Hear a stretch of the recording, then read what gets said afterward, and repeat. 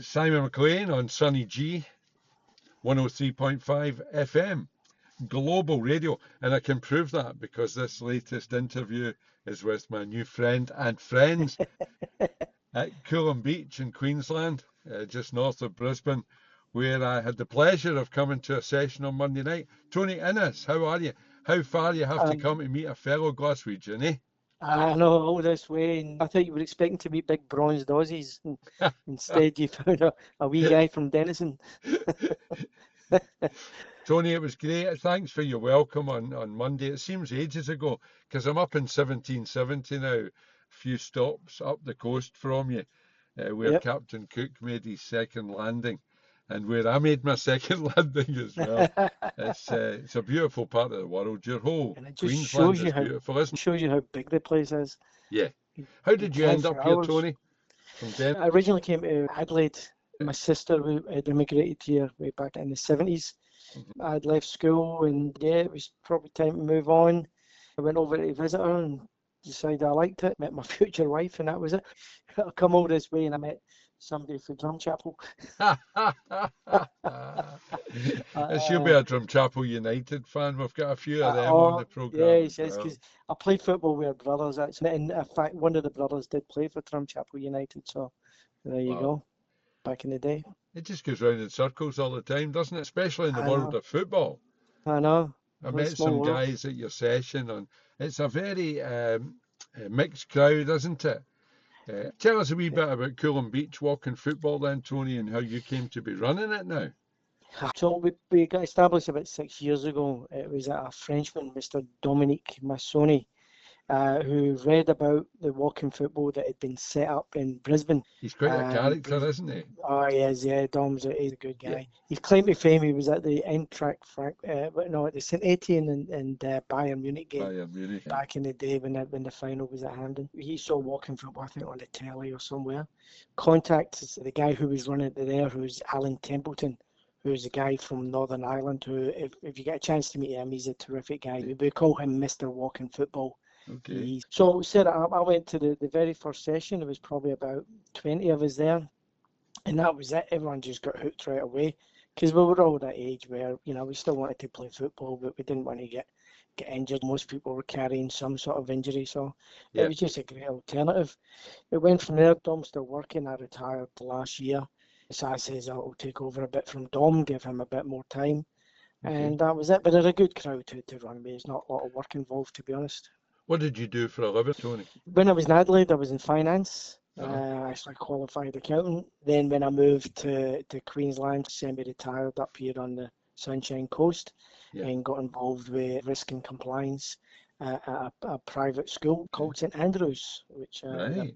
had a big Scottish background. Yep. You never need to go far up here to find a Scottish connection, do you? I know. We did an amphibious tour this afternoon. We went out on one of these big vehicles that goes Yep. out onto the sea as well as on the land. It was absolutely amazing. The guy that was driving it, Neil, told me that his daughter's in Scotland just now and she's going to be working as a tour guide on Skye, working in Skye Castles this summer. Oh, wow. My son works with Rabbies, which do the tour guides and the minibuses over in Scotland. He's on Skye all the time, so it's a small world, isn't it? They might run into each other. Aye. And walking football's like that as well, all the connections. I know. What I loved about Monday was that you had the two sessions going and they kind of looked after themselves, both sessions. People that play that are maybe a bit fitter and still a bit keen to be competitive and enjoy that side of the game. And then on another pitch, just as many people who are maybe a wee bit older, maybe not quite as competitive and just want to enjoy being out and about with friends. That was it, and it's not really age-based. So we called them, one group's called competitive, which was, as you say, people that just want to play a bit harder, people that have played before. We've got some 70-year-olds playing in that and can hold their own against the 50-year-olds. Yes. The other group we call mixed social. There are some females who play in the competitive, called Mary Glover, who's from Shetland. She's in Perth at the moment. She holds her own with the guys, and she's played for Australia. at some of the overseas competitions. And the mixed social, there's some younger guys that play there that are just happy to have a bit of a kick and giggle. Both groups got on well. And when we have social events, everybody mixes pretty well. I was saying to Alan Sinclair when I was chatting to him that that mix is very important. And sometimes in Scotland anyway, guys that like the competitive sometimes join in with the social just because they can, and they enjoy passing on tips and just being part a bit more fun. Or coming back from injury is a big one as well. People will maybe start off in the social and vice versa. Yeah, and you might have seen like we had a couple of new people on Monday night. I mean, encourage them just to play because it's a bit hard to how good are you. So we encourage them to get into the next social to get a feel for the rules, if nothing else. Yeah. And then we'll ask people, what do you think? We'll invite them up to the competitive division. I do that all the time, Tony, because people come along to watch and then play, and they're not the best gauge of their fitness. They might not have walked the length of themselves for months or sometimes years. They're prone to injury, as you know, when you start using muscles and for an hour or more. You think you're okay, and then the next day you discover you pulled a calf or a hammy or whatever. And then the wife gives you, what are you doing playing football? Or the husband, for that matter, gives you, what are you doing playing football at your age, you dafty? And they don't come back. So I encourage them to start at a low level and find their level. The likes of Alan Sinclair, Alan's 78. He didn't look it, but he's quite keen to get back because he's played football all his life, of course. He was a professional player. So a lot of these guys can look after themselves as far as managing their fitness is concerned. One of the dangers of walking football for me is people not managing that properly and getting injured. I hate that. Well, I was going to say we had a guy turned up about 4 years ago, looked fit as a fiddle, a bit younger than us, and we said, just play so. Nah, I'll play competitive. He snapped his Achilles within the first 5 minutes. We've never seen him since. Yeah. The warm-up's important as well. I saw you guys all doing, especially both sets really, were doing their own warm-ups, and you see that at walking football. People do their own thing. But it's very, very important to warm up, and probably just as important to have a wee loosen off at the end as well. Yeah, we probably don't do that as well, to be honest. We're probably too much in a hurry to get into the pub. Tony, we're the same at the start. My lot think that clapping their hands together a couple of times is a warm-up, or standing at the radiator for 5 minutes before they go out the door. They warm their tongues up. Very often I've got to blow the whistle repeatedly to get them to break up talking and come and actually play, But I can't really criticise that. That's a good... and that is a part and parcel of it. There's the camaraderie with the guys, the good crack amongst the guys. Some of them, it's the only time they really get out, and it's good to be able to get out and meet people and have a good laugh. Yeah. So tell me about your international career then. Have you played overseas for Australia?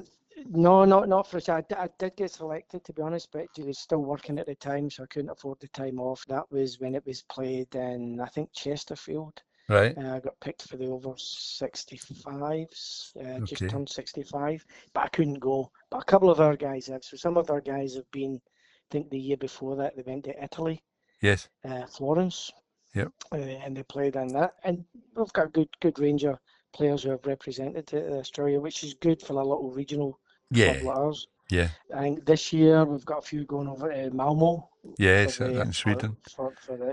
But we as a club, we've done a little bit ourselves. At the start of last year, a group of us went over and played in New Zealand in a place called Nelson on the South Island. Absolutely brilliant, beautiful place.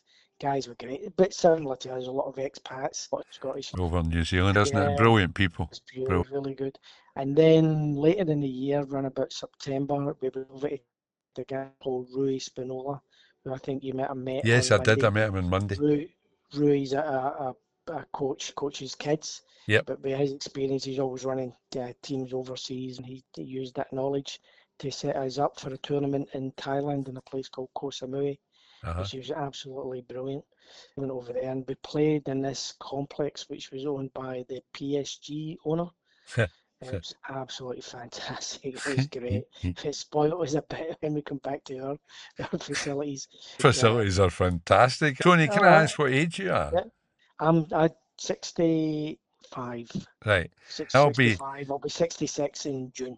Who would have believed at our age that we'd be talking about things like I know, this? about You know what I playing mean? football and all. It's amazing. Yeah. It's fantastic, and long may it last. Will you be our CoolumBeach correspondent? Yeah, definitely. I've seen How some of much? your Facebook stuff, your player of the week. It's How very much? vibrant what you're How much doing. am I getting? How much am I getting paid? Speak Typical to my Scotsman. agent. Oh, I'm talking to somebody from Denison, right enough.